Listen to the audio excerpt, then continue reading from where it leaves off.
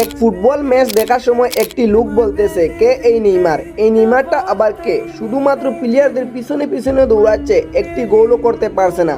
এটা শুনে মনের মধ্যে অনেক দুঃখ লাগলো, কারণ আমরা ওই নেইমার দেখেছি যে নেইমার শুধু ব্রাজিলকে না, পুরা ফুটবল দুনিয়াকে নিজের স্কিল এবং ড্রিবলিং দিয়ে আতঙ্ক রাখতো। 2015 সালের কথা মনে আছে, যখন নেইমার বার্সেলোনাতে খেলতো।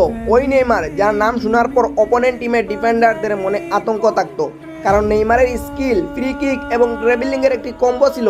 এই কারণে যে কোনো টিমের জন্য বিপজ্জনক ছিল। ওইসব টাকার জন্য নেইমার 2015 সালে লা লিগা, ইউভে চ্যাম্পিয়ন লিগ এবং ক্লাব ওয়ার্ল্ড কাপ সবগুলো জয়ী হয়েছিল। কিন্তু ফুটবল সবার জন্য সব সময় কনস্ট্যান্ট থাকে না।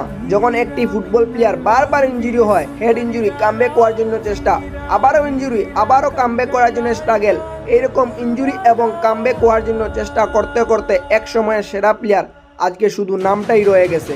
ফুটবল প্লেয়ারদের সাথে ইনজুরি সম্পর্কটা বহুত আগে থেকে চলে আসছে, আর এই সম্পর্ক অনেক প্লেয়ারদের ক্যারিয়ার শেষ করে দিয়েছে। তো বন্ধুরা, এইরকম ইন্টারেস্টিং ভিডিও পাওয়ার জন্য চ্যানেলটি সাবস্ক্রাইব করতে পারেন।